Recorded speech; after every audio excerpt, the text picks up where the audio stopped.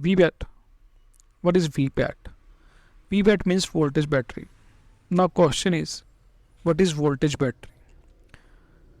You can see a battery. Battery has two terminal, positive and negative. Positive lines runs voltage and negative we can call ground. To check the voltage battery, connect the multimeter probes on positive and negative terminal of the battery. In the DC mode voltage, you will see some value. This is the voltage in the battery at this time. When you repair a phone or watch a video of phone repairing, you must heard that. Check the voltage of VBAT line. Check the VBAT line short or not. Check the VBAT line ground resistance or value. So let us know how the VBAT line works and how to check it. VBAT line connects between battery connector and the DC to DC IC. DC to DC IC, charging IC, PMI IC, sub power PQ IC. This is all form of DC to DC IC. Now a line connected between battery connector and DC to DC IC. This is called VBAT line. When you connect the battery to the phone, a voltage goes to the charging IC through VBAT line. After the charging IC made Vph and supplied power IC, network IC, light IC and many more sections. After phone runs, when battery drained, you put a charger on the phone. A line from charging port to DC IC, 5-volt line. In this line is 5 watt. After charging IC creates Vph from charging line and also some voltage to VBAT line to charge the battery. In same time, phone work and battery charge same. Battery charge also. So now you can understood how VBAT line work. How to check VBAT line short or not? Simple. Multimeter on diode mode and reverse bias means black probe on the battery connector positive and red on the ground. If we show 300 to 400 reading, after you can reverse the probes. Now if we show OL or 1000 plus reading, it means no VBAT line short. If value below 800, VBAT line leakage. If he show 00 or beep, then VBAT line is short.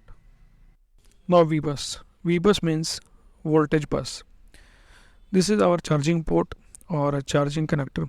This is OVP IC. This is charging IC, also called DC to DC IC. This is our processor CPU.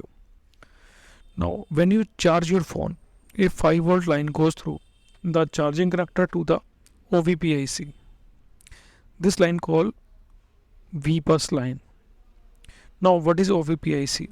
OVP IC, it's over voltage protection IC. Is used for excess voltage for protection. It's like a fuse. When charging is above 5 volt, it's also open itself like a fuse. You must have seen this type of fuse when is mostly installed in electronic components. Like our SMD also has a fuse. There is a thin wire going through it. As soon as the voltage exceed its capacity, this thin wire breaks and circuit open and save your main motherboard. Same as working OVP IC. Is fine on 5 volt according to OVP IC. This line came out for the OVP IC and goes to the charging IC. Now we will see how to check VBUS line or how to trace. So this is all our VBUS line from charging port to the DC to DC IC. Now how to trace this VBUS line? When a phone come to you for not charging issue, you have to look 5 volt from charging connector or charging port on forward bias on voltage mode. If you get here 5 volt, then it's okay. Otherwise you replace this charging port. Now after this you have check 5 volt on whatever filter capacitor before OVP IC. If you get it, now next check the 5 volt of next to the OVP IC on capacitor. If you don't get 5 volt here, the fault on OVP IC, we will bypass it. In most cases OVP IC is faulty. You have a jumper from cap installed before OVP IC, and after that you put a jumper on capacitor, so the OVP IC will be bypassed. If your phone is still not charging, you may want to check the 5 volt on mid MID cap.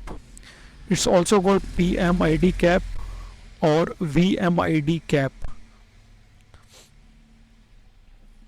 So when 5 volt on MID cap, if you get 5 volt on MID cap, this means VBUS line has gone inside the charging IC.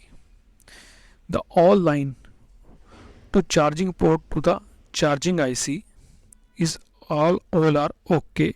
It means VBUS line is okay. Now fault is in charging IC. You can replace the charging IC. All the phone come to you in two parts. One is subboard and other is mainboard. The charging port is connected to the subboard and itself connected to the subboard connected to the mainboard with a flex cable. Now how to check it? First you check the 5 volt on charging port. If you get here, then check the 5 volt on charging connector in the on subboard. If you get 5 volt here also, it means your subboard is okay. After this you have to connect the flex cable with the main board and check the 5 volt on the other side of connector or the TP. After this same you check the OVP IC or MID cap on 5 volt. I think you also understand the VBUS line very well. Now let me show you this line, means VBUS line in schematics and diagram, how to trace it. So I have a Borneo schematics and I'm opening the Redmi or Xiaomi company. So you can choose any company, Samsung, Asus, Motorola, any.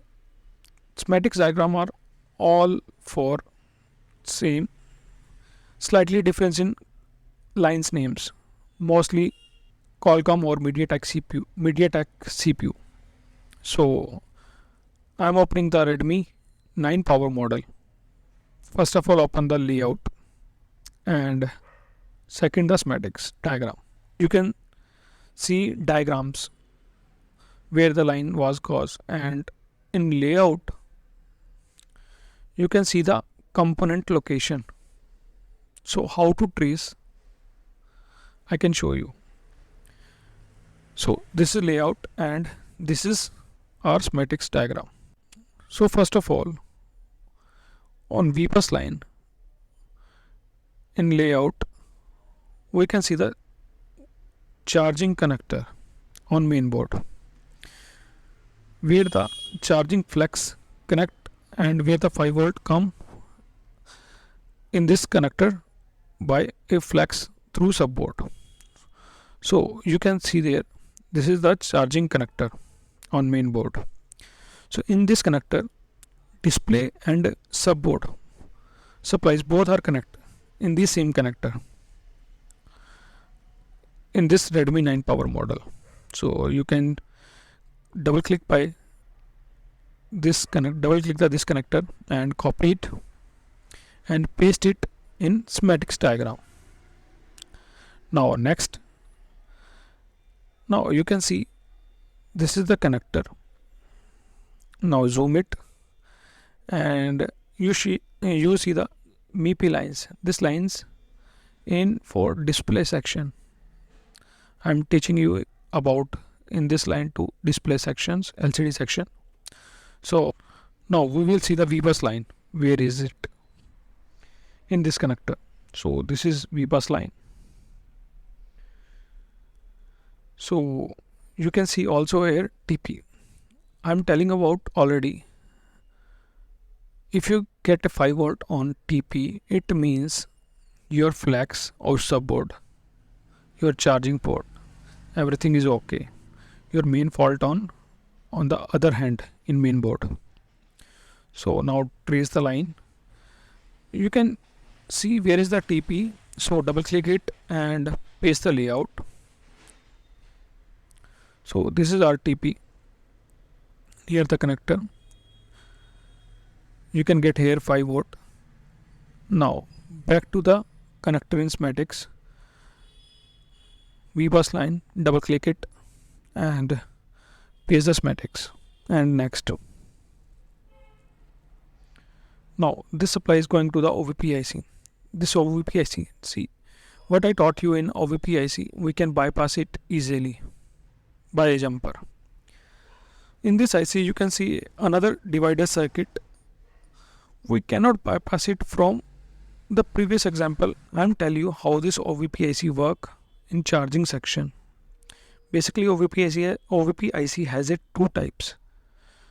First of all, one, so you can bypass easily by a jumper. Second one has another enable line or divider circuit for more protection. You can bypass also, but you can create a circuit. We can talk all about in charging section in details. Right now this 5 volt line went into the OVP IC and you can check here near filter a 5 volt. After this line came out from other side. You can check 5 volt on is in this capacitor. So when you get 5 volt here, it means your OVP IC will be okay. Otherwise you can bypass it or change the OVP IC. So where is this capacitor? Just copy it and paste the layout. So this is our capacitor. In this capacitor you can get 5 volt. After this, back to the schematics and click the other side of in this line and next. So this our PMI 632 or charging IC or DC to DC IC. So this line, enter the PMI IC. You have to check 5 volt here. It means this line all are okay in this capacitor. You can see the location by copy the capacitor and in layout. So this is USB MID cap. Check the 5 volt also here. I'm telling you already about MID cap. If you get 5 volt here, it means a 5 volt line enter the PMI, everything behind all are okay. So double click now